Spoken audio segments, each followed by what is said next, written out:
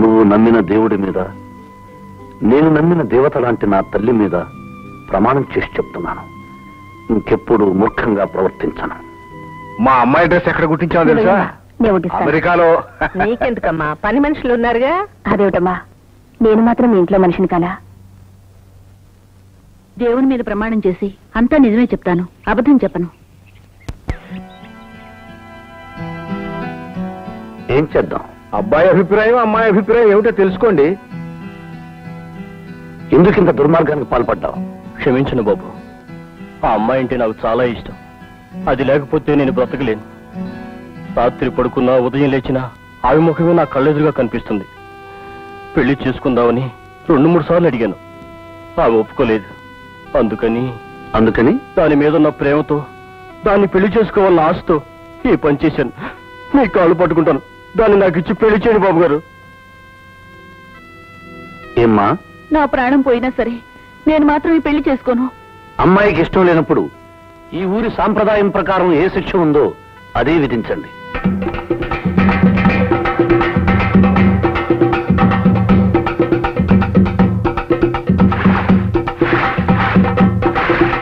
వాడిని 18 కొరడా దెబ్బలు కొట్టండి.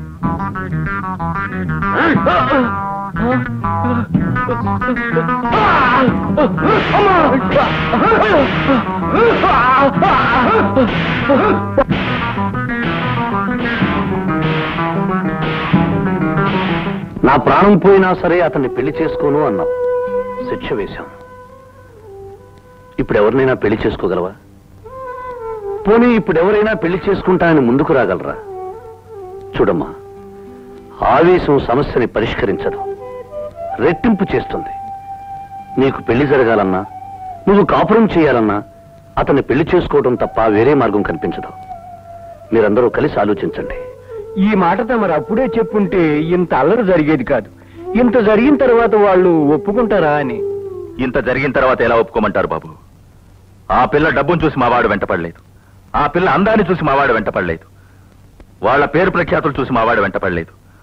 ఆ మాటకొస్తే నేనే 10 ఎకరాల కామందుని. వాడికి వేయవలసిన శిక్ష వేసి ఊళ్ళో మమ్మల్ని తలెత్తుకుని తిరగలేకుండా చేసిన తర్వాత కూడా ఎలా పెళ్లి చేయమంటారు బాబు? నిజమే, కానీ ఇంత జరిగిన తర్వాత కూడా మీ వాడు ఆ పిల్లని పెళ్లి చేసుకుంటే మీ వాడు ఎంత పెద్దవాడు అవుతారో తెలుసా? జరిగిందేదో జరిగిపోయింది. మా వాడికి వేరే సంబంధం వచ్చింది, పైగా వాళ్ళు 5 ఎకరాల పొలం కూడా ఇస్తానంటున్నారు. మా వాడు పెళ్లి చేసుకుని ఆ ఊరే వెళ్ళిపోదాం అనుకుంటున్నాడు. అయినా ఇంత జరిగిన తర్వాత నేను ఊరికే చేసుకోవాల్సిన పనే ఉంది బాబు. ఊరికే ఎందుకు పెళ్లి చేసుకోవాలన్నదే మీకు అడ్డమైతే ఆ 5 ఎకరాలు నేను మీకు రాసిస్తాను. నా మీద మీకు ఏమాత్రం గౌరవం ఉన్నా ఈ పెళ్లి కాదనకండి.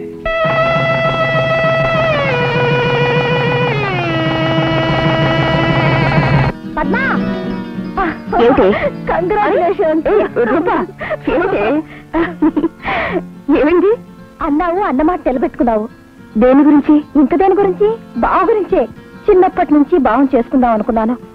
తీరా చూస్తే మూర్ఖుల్లా ఉన్నాడు. చేసుకోకపోతే అమ్మా నాన్న ఒప్పుకోరు. అలాంటి మనిషిని ఎలా మార్చేశావు? నేను చేసిందే ఉంది. ఎలుకను తీసుకెళ్లి పాలలో కడిగితే తెల్లబడుతుందా? దేనికైనా ఉన్న రంగు మార్చలేవు.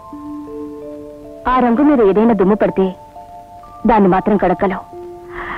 ఆయన స్వతహాగా చాలా మంచివాడు.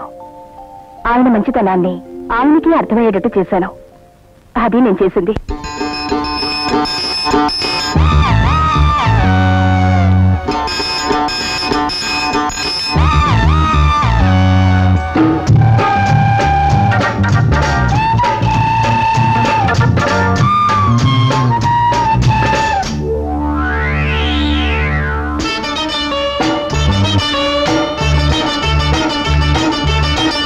ఎండ మండిపోతుంది,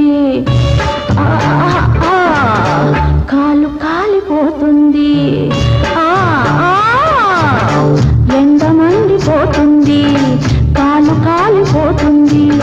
కొండవాహు నీళ్ళలోన 3 ములకలేస్తాము బావా బావా, ఏలుకోలేవా? ఎండ మండిపోతుంది, కాలు కాలిపోతుంది. కొండవాహు నీళ్ళలోన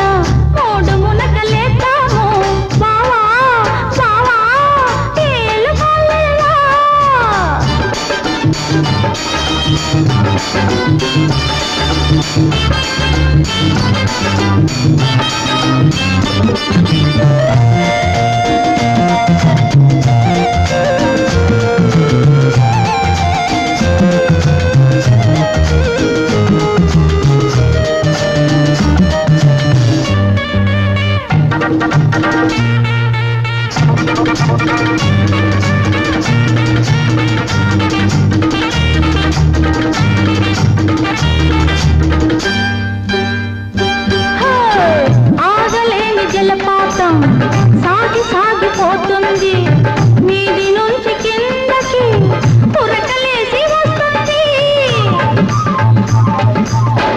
ఆగలేని జలపాతం సాగి సాగిపోతుంది మీది నుంచి కిందకి పురకలేసి వస్తుంది ఆ ఉరకల్లో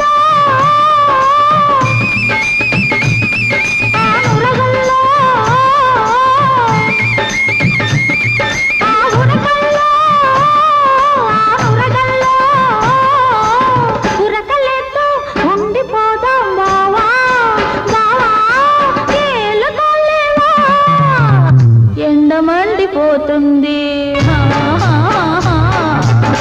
కాలు కాలిపోతుంది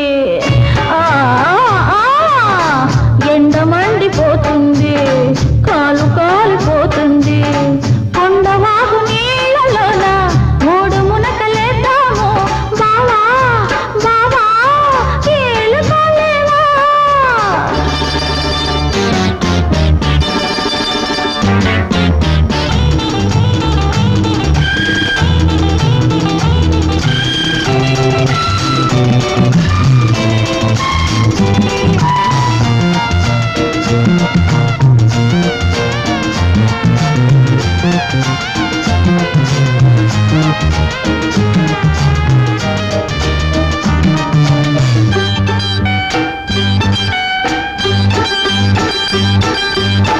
కొండ మీది చలిగాలి నన్ను కోరి వచ్చింది వణుకుతున్న చేతులతో పలుకులి మనడిగింది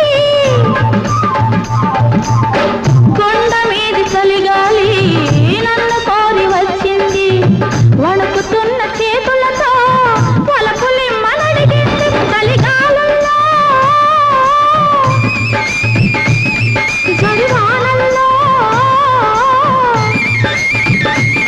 చలిగాలుల్లో జడివానల్లో ఉండిపోదాం తడిసిపోదాం బావా బావా ఏలు కాలేవా ఎండ మండిపోతుంది కాలు కాలిపోతుంది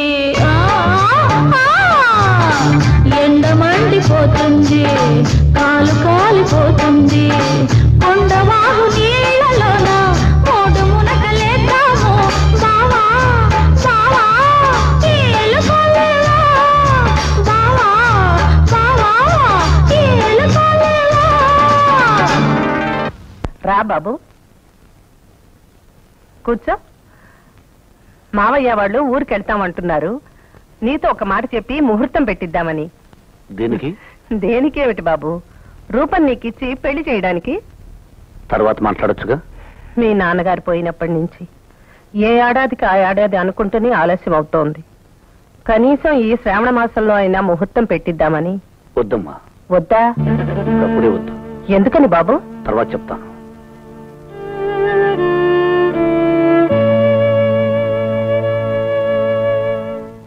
చూడమ్మా, నువ్వొక పని మీద వచ్చావు, అనుకున్నది సాధించావు. నువ్వు పడ్డ శ్రమకు అన్నయ్య వాళ్ళంతా ఎంతో ఆనందిస్తున్నారు. కానీ పెళ్లికి ముహూర్తం పెడదామంటే బాబు ఎందుకో మాట దాటేస్తున్నాడు. కారణం తెలియడం లేదు. నువ్వొక్కసారి బాబుతో మాట్లాడితే పెళ్లికి నేను ముహూర్తం పెట్టిస్తాను.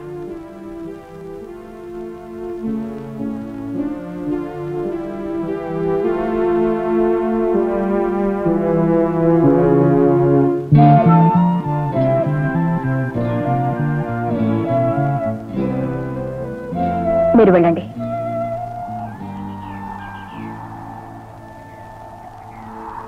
మీ అమ్మగారు మీతో మాట్లాడారటగా? ఏం మాట్లాడారు? నీతో ఏం మాట్లాడారు నాతో అదే మాట్లాడారు.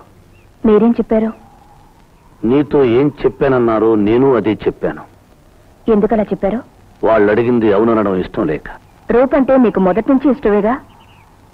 నేను మొదటి మనిషిని కానుగా. మనిషి మారినప్పుడల్లా మనసు మారుతుందా? మనిషితో పాటు మనసు కూడా మారాలని చెప్పింది నువ్వేగా. నేను చెప్పింది సంస్కారం గురించి, ప్రేమ గురించి కాదు. విషయం ఏదైనా నిర్ణయంలో మార్పు ఉండకూడదు. ఈ నిర్ణయం చిన్నప్పుడు అనుకున్నదేగా. ఇటువంటి నిర్ణయాలు తీసుకున్న తర్వాత మారిపోతే కుటుంబాల్లో తలక్రందులైపోతాయి. అసలు మీ నిర్ణయం ఎందుకు మార్చుకోవాల్సి వచ్చింది? నీ గురించే. నా గురించా? అవును, నువ్వు రాబట్టి, వాళ్ళు నిన్ను పంపించబట్టి. అతను మూర్ఖుడు, అతన్ని మనిషిని చేస్తేనే తప్ప నేను పెళ్లి చేసుకోను అని ఆమె మూర్ఖపు పట్టుదల పట్టబట్టి. వాళ్ళెవరూ నన్ను పంపించలేదు, వాళ్ళెవరూ నన్ను మార్చమనలేదు. ఒక్కసారి నా కళ్ళల్లోకి చూసి చెప్పు. నేను దేవుడి మీద ప్రమాణం చేస్తే నమ్మను అన్నావు, నా తల్లి మీద ప్రమాణం చేయించావు. ఇప్పుడు నేను నిన్ను అడుగుతున్నాను, నీకు భగవంతుడు ఉన్నాడో లేడో నాకు తెలియదు, నువ్వు నమ్మిన ధర్మం మీద ప్రమాణం చేసి చెప్పు. వాళ్ళు నిన్ను పంపించారా లేదా? నేను మారితే తప్ప నన్ను పెళ్లి చేసుకోను అని ఆమె మొండి పట్టుదల పట్టిందా లేదా? నన్ను సంస్కరిస్తే పెళ్లి చేసుకుంటారు, నేను సంస్కరించబడకపోతే పెళ్లి చేసుకోరు. ఈ రోజు నేను కోటీశ్వరుని కాబట్టి నన్ను పెళ్లి చేసుకుంటారు, రేపు పొరపాటున నేను దరిద్రునైతే వదిలేస్తారు. చూడు, నేను పెళ్ళంటూ చేసుకుంటే నన్ను మనిషిని చేసిన నిన్ను చేసుకుంటాను, లేదా పెళ్లి చేసుకోను.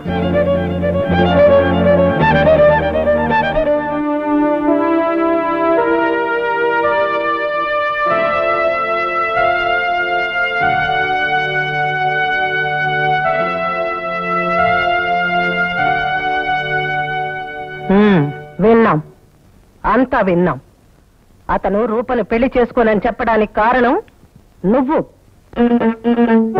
నేనా? చెప్పాడుగా, నీ మూలంగానే ఆమెను పెళ్లి చేసుకోవటం లేదని. అసలు మేము పంపించామని అతనికి ఎవరు చెప్పారు? నాకు తెలియదండి. తెలుసు, నువ్వే చెప్పావు. లేదు, నేను చెప్పలేదు.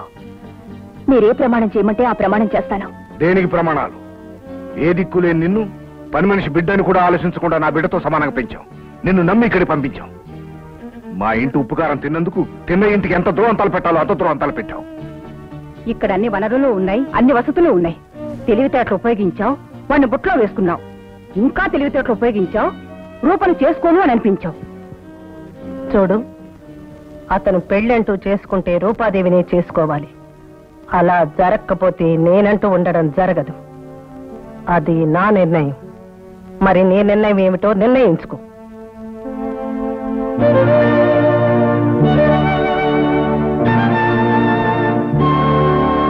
దానికి వెళ్ళలేదు. వెళ్ళండి, ముందు బయటకు వెళ్ళండి. వెళ్ళండి.